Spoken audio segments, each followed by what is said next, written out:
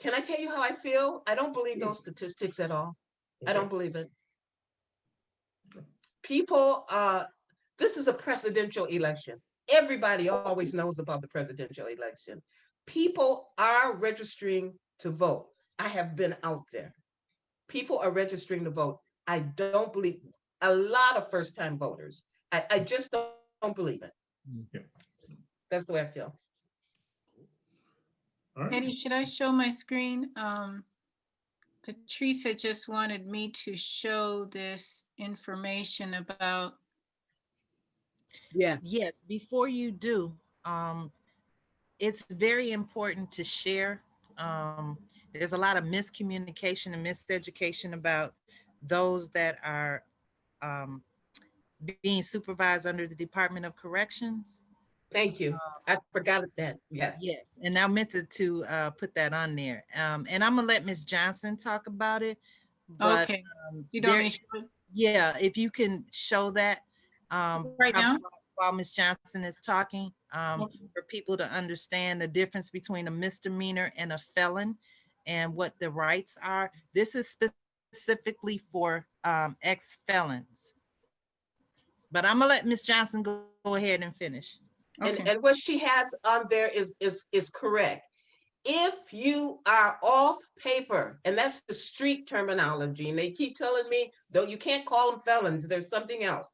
If you are off paper and you are not reporting to anybody, you don't have a fine to pay, you're not under supervision, you can register to vote. You can register to vote if you are completely off paper. I met a man who had been off paper for 3 years and did not know he could register to vote. And he was like, yeah, I'm off paper. I was like, you can register. The system is quick to tell you your right to vote has been taken away from you. But they do not tell these people that they can register to vote once they're off paper. Once you have completed your probation or supervision, you can register to vote. Now, if you register to vote because your name is on a list and your name hasn't been taken off, you go to vote and they tell you you can't register to vote because your name is on as a felon. You then have to go to the election commission, and you can go to the one downtown and tell them that you're no longer a felon and they need to take your name off that list. So that's something you would have to do in person. I would suggest that you also take in any paperwork that verifies that you discharged. If not, Absolutely. contact Absolutely. the Department of Corrections and ask them to provide you some type of documentation that states that you have successfully discharged. Correct. And I think the other thing is there's also a class out there of individuals who have charges pending, but have not been convicted of that felony. So technically, though, let's say they're at the House of Correction, or they could be down at county lockup, they're still eligible to vote, and they're still eligible to register to vote, because at this point, there has been no disposition of the charges brought against them. Is that correct? That is correct. That is correct. And also, Ms. Johnson, if you could talk about the misdemeanors, because if you or a family member are on supervision, but have been convicted of a misdemeanor, you are eligible to vote. That is correct. The time that your civil rights are taken away is if you have been convicted of a felony. Correct. Very correct. That's I don't need to say anything. You got it. That's when the 13th Amendment kicks in, right? Yes. So correct. Somewhat. You know, one of the interesting, as an aside, you know, I have a lot of conversations about reparations. And I think it's either in the 13th or the 14th Amendment with the abolishment of enslavement, there is a clause in there saying that you cannot, those folks who are descendants cannot make claim for the enslavement. I just happened to go through it. I don't know if it's the 13th or the 14th Amendment. And so that's one of those little complicating things when people start talking about reparations. But they might want to go and check that little piece that's in the Constitution at this point. That's some trivia. Okay. One thing I want to say, Patrice or Zelda, if you could send this through email to the people who are present on this call so that if there's any questions or anything comes up, they can also forward this on to someone else so that everybody who has been a felon and is no longer a felon can know this information. I would appreciate it.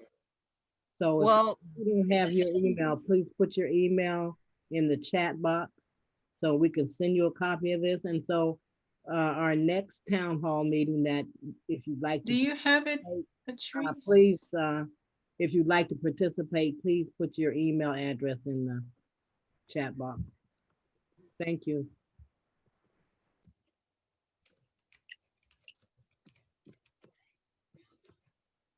Let me see, I have to stop the share.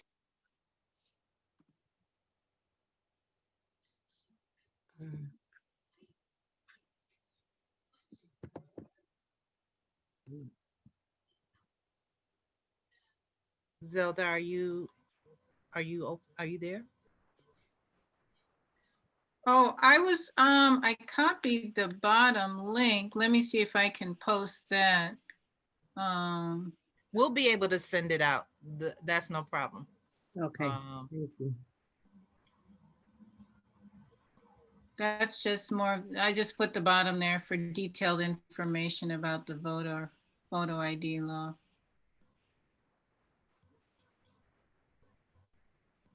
Yeah, if you would like a copy of that, or you could put your email in there. You can just put in the chat, I will, or I do. Yes, me, something. Okay. So then I would like to thank all of our panelist speakers, Mr. Nicohls from the NAACP. Thank you for that history of our struggle to vote in this country. Anita, thank you. From Souls to the Polls, thank you for that valuable information. Thank you for agreeing to be on this call and to talk to us about that. Jason, thank you so much. You brought so much clarity and understanding to this whole dilemma of our voting and the need to vote. Thank you so much for that. And Zelda and Patrice, thank you for moderating and not moderating. Thank you for putting all this together and being present here and doing all that you can to make this information important to everyone. You're welcome. Keith Harris, thank you so much for moderating. As usual, you do a fantastic job. So thank you for participating and making this a success. Thank you for having me. You're welcome. Did I forget anybody else? Well, thank you all for coming, everybody. It was my pleasure. My pleasure. Definitely. Anita, I'll be reaching out to you soon. All right. All right. Great. Thank you for all your hard work and dedication Thank you. to our community. We appreciate you. Thank you. Absolutely. Jason, I'd like to reach out to you. Please do. Oh, okay, how should I do it? I'll give you my, I'll put my phone number, email here, if that's fine with you. Yes.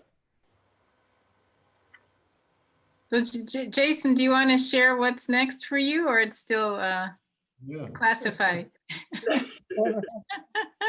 No, you know, so I've been doing I run a nonprofit. I have a nonprofit organization, Okay. Financial and Business Literacy.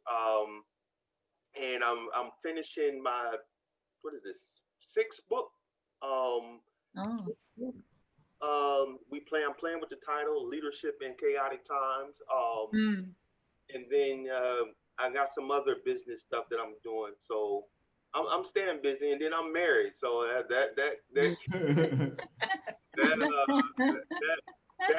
there takes up most of my time. So Man, I'll be so glad when you get through this, man. Leave him alone. 47 minutes and you make it Beautiful. sound He's in the honeymoon stage. yeah, Black you know, love it's is been like beautiful. 38 and a half minutes and you make it sound like, man, an old married man yet. Come on, bro. Some of us got some real scars out here, okay? Oh, I'm sorry. That's the wrong phone number, Mr. Nicholson. Yeah, if any of you have anything coming up or you want to post an event or in the chat, you know, feel free. If you something you'd want to share with us, and we can share that with the rest of our group. And you know, I think this was such a worthwhile conversation. Yeah. Certainly, we need to, the voter education piece is just really important. And I think that certainly after the experience that we had in April, we probably want to make sure that people know as much information as possible to empower them to vote. And so hopefully, you know, you folks, Clarence and Jason, and certainly Anita, if you all want to be part of a conversation with us, their own community voice, be more than happy to have you come in, because it's just a wealth of information. I wish more people would have been here, be able to take advantage of it. Me too. Yeah. The blessing though, the blessing is we have a recording of it, so we will be putting it, I do believe, Madam President, on our Facebook. Yeah. You can share the link. I can't cut it out, but the link, somebody can get the whole thing. Yeah, my granddaughter is in film and video. I'm going to ask her to cut it up so we can Okay. in different parts. Can you, I'm not techie like that, so can y'all put the site that we have in our Facebook information? Okay, yeah. CLAW stands for Center for Leadership of African Women's Wellness, and it's a long term, so we just say CLAW. But you can check us out on our website, which is claw.org. Oh, okay. Well, I guess we're going to free to watch the Packers who are getting killed right now. Thank you for having us today. I did definitely very, very healthy diversion because they're getting crushed right now. So oh my God, I did so worthwhile because if I sit there and watch that, you know, who knows. So okay, well, thank you. Thanks, everybody. All right, bye-bye. Take care. Bye-bye. I should have had that up there first. The information about Facebook and stuff like that. I should have had that. That should have been the first. Next time. Oh, yeah, and maybe Hetty, maybe your granddaughter. Well, I guess she's gonna do it, because I was gonna say maybe when she puts them together, she can have our information in the beginning. When she makes a title for it, also put the CLAW information. Yeah, that would be good. But I was also on the Zoom chat part that should have been the first thing that we had up, that I put up there should have been about CLAW and our email, as well as our Facebook information. Yeah, but we're learning as we go. You guys are doing definitely. So next time. All right. Hey, I'm sorry it was so hard for me to get in. Oh, sorry. You were able to get in finally. Yeah, all of a sudden I came in, but wow. All right, I'm going to go listen to the Zoom. Okay. All right. That sounds good. Bye-bye. Have a great one. All right.